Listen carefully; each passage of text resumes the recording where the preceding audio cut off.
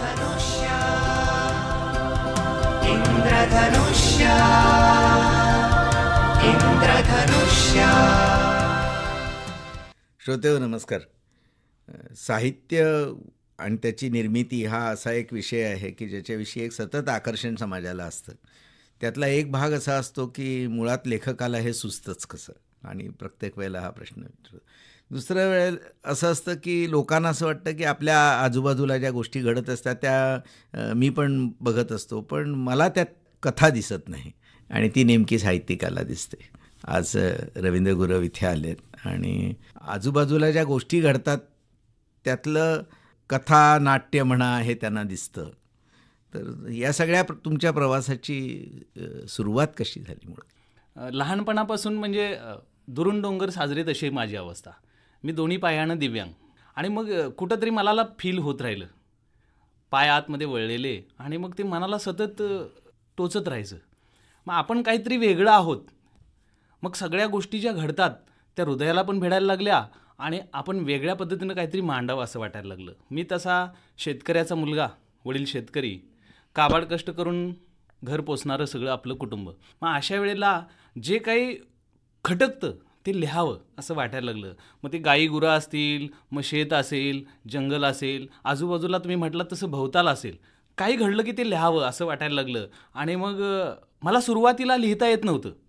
मग लिहिता येत नव्हतं म्हटल्यानंतर 15 ऑगस्ट आणि 26 जानेवारीच्या दरम्यान काही जी लोकं गावातली शिक्षक आहेत त्यांच्याकडे मी गेलो आणि मला भाषण लिहून द्या म्हटलं.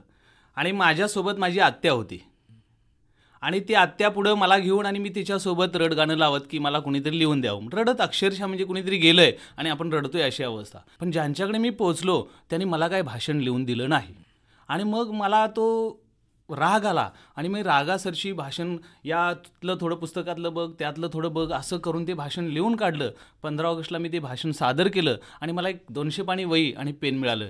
खरंच त्याने लिहून न दिल्यामुळं मला लिहिता आलं, आणि मग हळूहळू जे भोवताल घडत राहील ते लिहित राहिलो.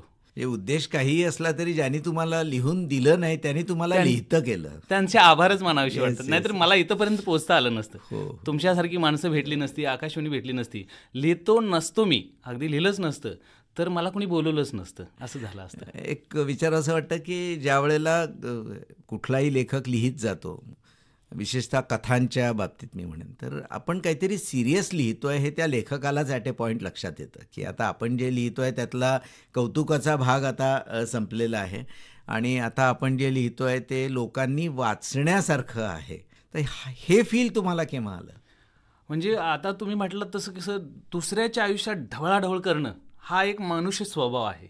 अगदी उत्सुकता असते, आणि मग त्याची कथा होऊ शकते हे कुणाला माहीत नसतं. ते सांगू शकतो आपण, त्याची गोष्ट होते, त्याची कादंबरी होते, त्याची कविता होऊ शकते हे माहिती नसतं. मग ते सांगतच सुटतात. ते आपण इकडे लिहावं असं मला वाटलं, आणि मग ते लिहितं राहिल्यामुळं काय होतं, त्याचा इफेक्ट थेट बोलण्यापेक्षा लेखनातून तो कळतो. आणि मग नंतर लोकांना कळते, अरे बापरे हे सांगण्यासारखं होतं, लिहिण्यासारखं होतं. मग ते लिहित राहिलो. खरं सांगायचं झालं तर साहित्य म्हणजेच आपल्या अवतीभोवती घडणाऱ्या घटना आहेत, आणि त्याचंच साहित्य खरं सांगायचं झालं तर. तुम्ही आजूबाजूला ज्या वेळेला गोष्टी बघता तर तुम्हाला अगदी सहज बसमधनं जाताना सुद्धा एखादी कथा दिसायला लागते. अगदी सर. म्हणजे तुम्ही म्हटलात की बाबा कशात काय दिसेल सांगता येत नाही. एखाद्या माणसाला समोर काय भव्य आवाढव्य असेल तर त्यातून बारकाव्यानं काही शोधता येणार नाही, बारकाव्यानं अगदी. आणि मग आम्हाला तो बारकावा टिपता यावा म्हणूनच वेगळेपण बहाल केले ना, म्हणून ते लिहिता राहावं. तर माझ्याकडं कसं झालं, आमच्या घरी एक म्हणजे 3 डुईला न भंगणारं आंब्याचं, म्हणजे आपण त्याला रायवळी आंबा म्हणतो, त्या आंब्याचं झाड आहे. आणि त्या आंब्याचं झाड साखरी असं नाव ठेवलेलं आहे त्याचं, आत्यानं ठेवलेलं आहे. आणि मग तो अगदी आता 300-400 वर्षाचा असल्यामुळं तो भंगच चाललेला आहे. म्हणून आम्ही घरच्यांनी काय म्हटलं की बाबा हा झाडाचा भाग जो आहे तो तोडून टाकू, कारण का वरून पडला अंगावरती, कोणतरी जखमी झालं, काय झालं. तर मग ते आम्ही 1 वर्ष प्रयोग केला 10 वर्षापूर्वी, त्याच्या फांद्या छाटल्या. आणि दरम्यानच्या काळात काय झालं, आमची आत्या एक्सपायर झाली. ती एक्सपायर झाल्यानंतर तिनं त्याचं बारसं घातलं होतं साखरी असं. मग तिला त्या फांद्या वगैरे तोडलेल्या ज्या होत्या ते सरपण म्हणून तिच्या तिकडे ते अगदी नेलं तिच्या अंतिम संस्कारासाठी. मग त्यानंतर ते राहिलं तसंच, तोडायचं झाड राहून गेलं त्या दुःखाच्या प्रसंगी. पुन्हा त्याला पालवी आली, पुन्हा त्याला बहर आला, पुन्हा ते झाड बहरलं, पुन्हा त्यानं फळं दिली. म्हणजे शेकड्यानं फळं देणारं 25-30 हजाराच्या पटीतलं हे झाड पुन्हा बहरलं. अच्छा. आणि मग मला वाटायला लागलं की बाबा ह्या झाडाचे किती अनंत उपकार आहेत आपल्यावर, आणि आपल्याला या झाडानं सावली दिली, फळं दिली, त्याच्या पटीनं आपल्याला विचार काहीतरी चांगले दिले, त्याच्यावर अवलंबून कुटुंब होतं, शिक्षण दिलं या झाडानं 4 पैसे देत देत. म्हणजे 25 रुपये प्रमाणे शेकडा ते अगदी 100 रुपये प्रमाणे किंमत गेली या झाडाची, फळांची, त्या शेकड्यातल्या. तरी ते झाड लागतंयच. सभोवताली 2 वाफ्यांच्या त्या एरियामध्ये ते पसरलेलं, छत्रीच्या आकारातलं. मग यानं आपल्याला खूप दिलंय. बैलगाडीनं आम्ही एकाच गावामध्ये ते आंबे विकले, बैलगाडीनं विकले.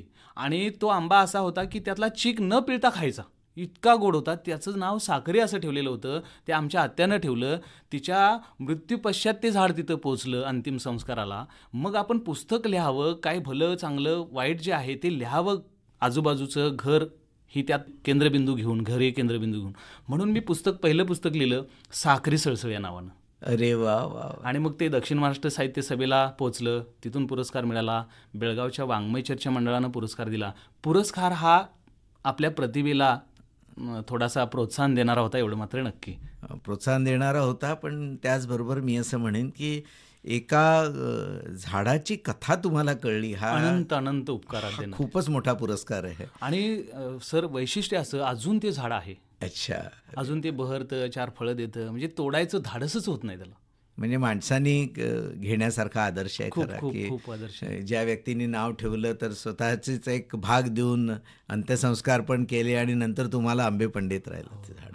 तुम्ही अन्य पण काही साहित्य लेखन केलेलं आहे, त्यात काही अतिशय गंभीर स्वरूपाचं पण साहित्य लेखन आहे, त्यात चरित्र पण आहेत, तर त्याच्याविषयी जरा सांगा. त्याच्यानंतर मग मी कर्मवीर भाऊराव पाटलांचं चरित्र लिहिलं, छोटेखानी मुलांच्यासाठी.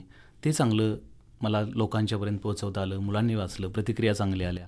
त्याच्यानंतर कुमका. मी थोडंसं थांबवतो तुम्हाला इथे, की तुम्ही ज्या कर्मवीर भाऊराव पाटलांविषयी लिहिलं, तर एक तर ते जीवनच फार मोठं आहे. अगदी अगदी अगदी. आणि काय म्हणतात त्याला, एक शैक्षणिक क्रांती केलेलं जीवन. आपण पासांगालाही पुरणार नाही आहोत, म्हणजे ते लेखन पण ते येतच नाही त्याच्यात कुठे. पण त्यांचं जे उत्तुंग कर्तृत्व आहे, तर ते का भावलं तुम्हाला?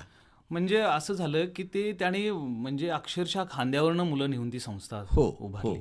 मुलांना शिक्षण मिळालं पाहिजे, ते तर आहेच इतिहास. आणि त्यांच्या संस्थेचं जे चिन्ह होतं, बोधचिन्ह, ते वडाचं झाड. म्हणजे ते खेडोपाडी कुठेही रुजतं, कुठेही वाढतं आणि त्याच्या फांद्या विस्तारतात, ते सगळ्या लोकांना सावली देतं.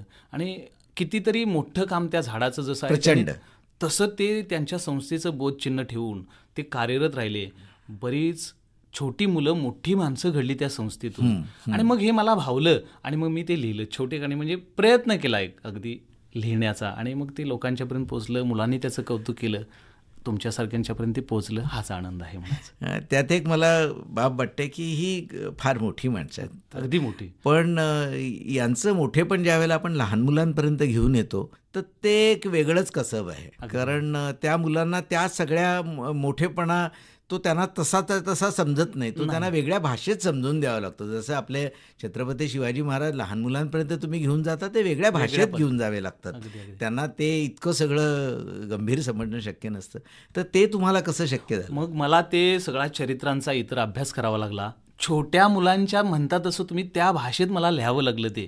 आणि मग ते फार म्हणजे कौशल्यपूर्ण होतं, चॅलेंजिंग होतं. आणि मग ते तसं सुटसुटीत छोट्या शब्दात, आणि एवढं व्यापक जीवन कर्मवीरांचं छोट्या शब्दात आणि छोट्या पुस्तकात बसवायचं, ते माझ्यापुढं अगदी यक्षप्रश्नच होता. आणि तो मी निभावण्याचा प्रयत्न केला, कुठंतरी ते मुलांच्यापर्यंत पोहोचवलं. तुम्ही म्हणता तसं ते अगदी चॅलेंजिंग होतं, एवढं मात्र नक्की. आणि मुलांना भावण्याच्या भाषेत लिहिलं मात्र मी. आणि लहान मुलांची संवाद साधणं ही सगळ्यात कठीण गोष्ट, कठीण अजिबात नाही, कठीण गोष्ट अगदी. आणि चरित्र लिहिणं कठीण आहे मला तेवढा कळलं. फारच. आणि तेही मुलांच्या प्रतिक्रिया दिसल्या तुम्हाला या सगळ्यात? दिसल्या. अगदी बोलकेपणानं मुलं सांगायची की सर आम्ही ते पुस्तक वाचलं, खूप आवडलं. भाषणाच्या वेळेला काही वेळा वापर करतात मुलं. अच्छा. म्हणजे छोट्या छोट्या गोष्टींच्या माध्यमातून ते येतं अगदी. म्हणजे ज्यावेळेला तुम्ही लहान मुलांना आपल्या पुस्तकातनं काही सांगताना बघता, तो एक वेगळाच आनंद. इतरही तुमची साहित्यिक मुसाफिरी खूप आहे, तर त्याच्याविषयी सांगा. म्हणजे कथा, कविता असेल, त्याच्यानंतर ललित लेख असतील किंवा व्यक्तिचित्र असतील, अशा सगळ्या प्रांतात मी फक्त ढवळाढवळ करायचा प्रयत्न केलेला आहे. लेखनाचा प्रयत्न. मग ते लोकांनी काय समजावं त्याला, हे ललित आहे की कविता आहे किंवा आणखीन काय आहे, ते लोकांच्यापर्यंत पोहोचवायचं काम मात्र मी केलं. कुमका हे व्यक्तिचित्र मी लिहिलं, त्यावेळेला विजय चोरमारे सरांनी त्यावर प्रतिक्रिया दिलेली होती, ब्लर लिहिलेला होता, ब्लर. मग तो ब्लर्ब जो होता तो मी वाचला, नंतर पुस्तक लिहून झाल्यावर वाचला मी तो.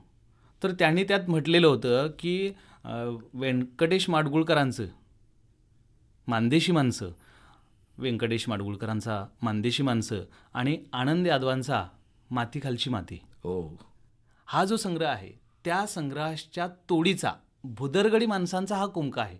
मग मला कळलं की असं काहीतरी असतं. अच्छा, अगोदर काहीतरी असं अगोदर होतं. पण खूपच मोठा गौरव आहे हा. व्यक्तिचित्र म्हणजे काय आहे ते मला त्या प्रतिक्रियेतून कळलं, त्या ब्लर्बच्या माध्यमातून अगदी. आणि मग मी ही माणसं जी होती ती अवतीभोवतीची छोटी माणसं, मोलमजुरी करणारी असतील, त्याच्यानंतर कपडे धुणारे असतील, त्याच्यानंतर पिपाणी वाजवणारा वाजंत्री असेल, आणि उपचार करणारी लोक आहेत, डॉक्टर सेवाभावी वृत्तीनं, काही वेगळी जी माणसं आहेत छोटी छोटी की ज्यांची समाजात गणतीच नाही, खिसगणतीमध्ये नसलेली ही माणसं होती. आणि मग त्या माणसांना कुठंतरी मी तो एक मोठेपणा देण्याचं काम केलं, त्यांना संग्रहित करण्याचं काम केलं. आणि मग ते लोकांच्यापर्यंत पोचल्यावर ही माणसं मोठी आहेत हे मला कळायला लागलं. बऱ्याचशा प्रतिक्रिया आल्या, म्हणजे साहित्यिकांच्या प्रतिक्रिया आल्याच, सामान्य माणसांच्या आल्या, वाचकांच्या आल्या. आणि त्याच्यानंतर मला आमच्या शाळेतल्या मुलीनं पण आता परवा ती प्रतिक्रिया दिली की सर हा खूप चांगला शब्द आहे, कुमका म्हणजे काय. तर तिनं मला सांगितलं की मग आईनं आमच्या सांगितलं की तो बारशाला कुर्र करून पाठीत कुमका घालतात तो म्हणजे कुमका आहे, असं तिनं मला सांगितलं बारशाच्या वेळेला. आणि मग ही माणसं मोठी कशी आहेत आणि खूप चांगलं आहे हे शाळेतल्या आमच्या स्वराली मुनगेकर नावाच्या त्या मुलीनं सांगितलं. वा वा. या कथासंग्रहामध्ये ज्या व्यक्ती तुम्ही घेतल्या आहेत तर त्यांच्यापैकी किती अशा जीवित आहेत आणि आजही आहेत त्या? त्यांच्यापैकी जीवित म्हणजे आनंद यादवांच्या गावातलं, आनंद यादवांच्या गावातलं एक पात्र त्या ह्याच्यात आहे. अच्छा. तो माणूस सतत मला भेटायचा आणि तो एक वाक्य बोलायचा, संभासनगर म्हणून त्याचं नाव होतं. अगदी हळवा माणूस. कविता बालभारतीच्या पुस्तकातल्या 1ली ते 10वीपर्यंतच्या कविता पाठ त्याला सगळ्या, त्याच्यानंतर गाण्यांना चाली लावणं, शाळांमधून फिरणं, हरिनाम सप्ताह असतील तिथं पोहोचणं, म्हणजे असं सगळं तो माणूस होता. आणि तो कागलचा, मी सनगर गल्लीत राहणारा एवढंच होतं. मग ते मी बघत होतो लहानपणापासून. मी त्याचं लिहिल्यानंतर ते मला स्वतःलाच बरं वाटायला लागलं, समाधान वाटायला लागलं की आपण काहीतरी वेगळं लिहिलंय. आणि तो आनंद यादवांच्या गावातला आहे, ही किती त्याची जवळीकता आहे. आणि मग तो साहित्याशी निगडीत असलेला माणूस वाटायला लागला मला. आणि मग तो अद्याप आहे अजून. अशी माणसं अजून आहेत, म्हणजे अशी माणसं त्यामध्ये आलीत आणि त्यांचं भाग्य थोडं आपल्याला उजळता आलं किंवा त्यांच्या भाग्यात आपल्याला थोडंसं डोकावता आलं, एवढं तरी समाधान वाटतं. मात्र व्यक्तिचित्रांच्या बाबतीत एक अतिशय इंटरेस्टिंग भाग असा आहे की ज्यावेळेला तुमचं ते पुस्तक लोक वाचतात आणि त्यांच्या मनात येतं की मग हा कुठे असेल व्यक्ती, आणि ती व्यक्ती ज्या वेळेला त्यांना दिसते त्यांना ते खूपच वेगळं वाटतं. तो एक फीलच वेगळा आहे की ज्याच्याविषयी मी वाचलं, अरे हा तो मनुष्य आहे. आणि तो म्हणायचा काय म्हणजे निर्माता, निर्देशक, कथा, पटकथा आणि संवाद सगळं मीच. अच्छा, असं म्हणायचं वाक्य. मग ते इतकं भारी वाटायचं ना की हा कोणतरी वेगळा आहे. मग तो गायला लागायचा, तो गोष्ट सांगायचा, तो अभंग गायचा, काहीतरी वेगळं करायचा. तुम्ही बोललात रागानं तर रडत बसायचा, रुसवा फुगवा अशी सगळी त्याची आवड. ते मला असं लहानपणापासून रोल. तुम्ही मोठ्या आहात, तुमच्या पायावर नतमस्तक व्हायला तो मागे पुढे बघायचा नाही. अच्छा, असं सगळं हळवेपण त्याचं जे आहे, मग ते मला भावलं, ते लिहिलं. छत्री दुरुस्त करणारा माणूस आहे की ज्याला बोलताच येत नाही, ऐकता येत नाही, तो छत्री अत्यंत चांगल्या पद्धतीनं दुरुस्त करू शकतो. अशा माणसाची मी ती व्यक्तिचित्रामध्ये निवड केली. तर प्रत्येक विद्यार्थी ही एक कथा आहे. अगदी. त्याचा बॅकग्राऊंड खूप वेगळा आहे, त्याच्या घरात काय काय होतं आपल्याला माहिती नाही. आणि इतक्या घरातले संघर्ष असतील, घरातली आर्थिक परिस्थिती असेल, हे सगळं सहन करत ते मूल वर्गामध्ये येऊन बसलेलं असतं. त्यामुळे प्रत्येक मुलाविषयी एक अपार प्रेम शिक्षकाच्या मनामध्ये असतं, कारण तो कशा अवस्थेत शिकायला येतो हे कधी कधी कळतच नाही. तर तुम्हाला कधी कधी मनाला अशा चटका लावणाऱ्या अशा घटना घडल्या आहेत? अगदी घडतात म्हणजे मुलं शाळेत न जेवता येतात, घरचे प्रसंग वेगवेगळे असतात, काही वेळा ती शाळेत अस्ताव्यस्त अवस्थेत येतात. आणि मग त्यांच्या भावना समजून घेणं, म्हणजे एखाद्या वेळेला त्याला बाहेर आता पटकन जायचं आहे तरी ती भावना समजून घेणं गरजेचं आहे. त्याला यायला उशीर झाला तरी का झाला, तरी ते आपल्या डोक्याने शांत डोक्यानं त्याला तो प्रश्न विचारून आतमध्ये घेतलं पाहिजे. त्याच्यावर दडावून दम देऊन आलेल्या अवस्थेत, एकतर तो कोणत्या तरी अवस्थेतून आलेला असेल, त्याला तिथंच थांबवणं आणि त्याला कशाला मी शाळेत आलो असं वाटायला नको. तर अशा अवस्थेत त्याला समजून घेणं फार गरजेचं आहे. म्हणजे मी एका मुलीला असंच विचारलं की म्हटलं, अरे तुझे बाबा कुठे आहेत असं म्हटल्यानंतर ती रडायलाच लागली. म्हणजे हा प्रश्न किती गंभीर आहे. बाकीच्या मुलांच्याकडून कळलं की तिचे बाबा आजारी आहेत. मग आजारी आहेत ना, मग ते बरे होतील. एक मुलगा शाळेतच येत नव्हता. त्याला मी म्हटलं, बाबा का शाळेत येत नव्हतास तू? नाही, माझे आईवडील दोघींही नाहीत. म्हणजे हे गंभीर आहे ना. त्याच्या पलीकडं त्याची मोठी समस्या असूच शकत नाही. एक छोटी मुलगी आली होती, शाळेच्या दरवाजात आली, मी जिथं शिकवत होतो तिथं, आणि ती म्हटली मला डबा हवा आहे म्हटली. म्हटलं आता ही छोटी मुलगी आणि डबा कसा हवा आहे? तर तिच्या दीदीकडे आहे असं बाकीच्या मुलांनी मला सांगितलं. आणि ज्यावेळेला मी तिच्या दीदीला उभं केली त्यावेळी ती मुलगी रडायला लागली. तिने डबा आणलेलाच नव्हता. आणि मग शेजारच्या मुलीनं तिचा डबा दिला आणि ती भूक लागलेली मुलगी मग ती डबा घेऊन गेली. हा वाईट म्हणजे अगदी हृदयद्रावक प्रसंग होता. तिनं डबा आणलेला नव्हता. तुम्ही म्हटलं तसं कौटुंबिक कारणं भरपूर असतात. अन्न शिजूनसुद्धा ते पोटात जात नाही, शिजलं जात नाही, घरात आणलं जात नाही, फार मोठ्या सगळ्या समस्या आहेत. आणि मग अशातून मग ते वाईट चटका लावणारी जी गोष्ट आहे ती आत घडतच राहते मग, आणि मग ती कागदावर येते. तुमच्यासारख्या संवेदनशील मनाला ती जास्त भावते. अगदी अगदी. आणि मग भिडते आणि ती मनातून हटतच नाही. आणि त्याच्यावर औषध निघेपर्यंत ते मन थांबत नाही. म्हणजे असं तिच्यावर जखमेवर मलमपट्टी झाली पाहिजे अशी ती भावना असावी. तुम्ही शिक्षक तर आहातच, पण त्याचबरोबर तुम्ही जे लेखक आहात, तर कुठलाही लेखक हा समाजापासून तुटलेला असू शकत नाही. अगदी. तर तुमचं जे समाजाशी जोडलेली जी नाळ आहे ती तुम्हाला शिक्षक म्हणून अधिक जबाबदार किंवा अधिक प्रभावशाली करते असं वाटतं? अगदी अगदी प्रभावशाली करते. दोन्ही म्हणजे नाण्याच्या दोन बाजू आहेत. एक लेखन पण आहे जवळ, आणि ही मुलं या माध्यमातून आपण शिक्षकी पेशा जोपासतोय. म्हणजे इतकी कमाई वाटते की ती न संपणारी शिदोरी आहे, सतत मोठी कमाई देत असते. म्हणजे पैशाच्या पलीकडं समाधान देऊन जाते.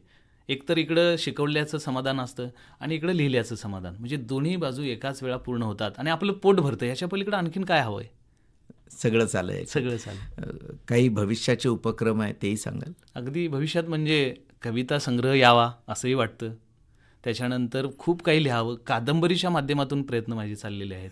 कथासंग्रह यावा, ललित लेख यावेत. म्हणजे माझ्याकडे भरपूर साहित्य तयार आहे. माझे आजोबा म्हणायचे त्यांच्याकडे भरपूर अंतरून पांघरून होतं. त्यामुळे म्हणायचे काहीच नाही मिळालं तर शेवटी याचा वापर करा आणि मला पोचवा म्हणायचे, असे वेगळ्या शब्दात सांगायचे.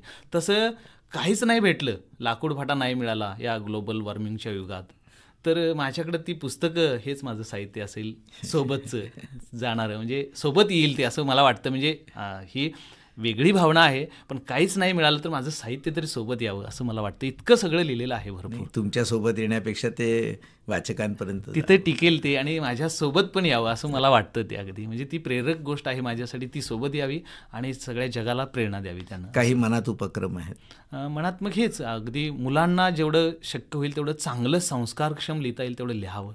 वाईट काही त्यांच्यापर्यंत पोहोचू नये. टी व्ही मोबाईलच्या जगात मुलं सगळं भन्नाट काहीतरी त्यांच्या डोक्यात यायला लागलं, कल्पना वेगळ्या वेगळ्याने वाईट आहेत. जे काही जगात घडत नाही ते तिथं घडायला लागले, ते लोकांच्या या मुलांच्या आणि लोकांच्या डोक्यामध्ये यायला लागले. त्या पुसल्या जाव्यात संकल्पना सगळ्या. म्हणून मग कथा असेल, कादंबरी असेल किंवा ललित लेख असतील, एखादी वेगळी गोष्ट असेल तर ती वेगळी गोष्ट लिहून त्यांच्यापर्यंत चांगला संदेश देण्याचं काम, मग ते झाडं जगवण्याचं असेल, झाडं वाढवण्याचं असेल, फळझाडं लावण्याचं असेल, ते सगळं काही वेगळं काही जे असेल चांगलं पोषक ते त्यांच्यासाठी करत राहायचं. मग मुलासाठी असेल, एका मुलासाठी असेल, मुलांसाठी असेल किंवा समाजासाठी असेल. वाईट ते करू नका अशा पद्धतीने. प्रत्येक कवीची एखादी कविता ही ओळख होते. अगदी अगदी. आणि त्याकरता तो कवी ओळखला जातो. तर तुम्हाला तुमची अशी कुठली कविता आवडते की तुम्हाला जर का कविता म्हणायला सांगितली तर जनरली तुम्ही ती कविता म्हणता? मी सभागतीच म्हणाय गेलो आज पावसाचं नाव नाही. मी सभागतीच म्हणाय गेलो आज पावसाचं नाव नाही, ठिबूस नाही, नद्रबी पडना. तर तेवढंच त्यानं कुठनं तरी ऐकलं, पुढं गेलेला माघारी वळला, चवताळून मला धो धो धुतला. म्हणाला किती राहरा तू, पुढं जाऊ दे की. तुमच्या गत जिकडं पुढा तिकडं मुलूक थोडा असं नसतं बाबा माझं. मागची मोरची काळजी असती, माणसं तिकडे बी सोकल्यात, आत्ताच घे पिऊन. मला चावराला झोपून माघारी आणाय बडबडू नको. ऊर भरून वसांडला एड्यागत, तडक निघाला मी दिक्क ढेकळागत मलाच गिळून बसलेलो आणि तो फकीर मस्तीत उधळत स्वतःला चौखूर. इंद्रधनुष्य इंद्रधनुष्य इंद्रधनुष्य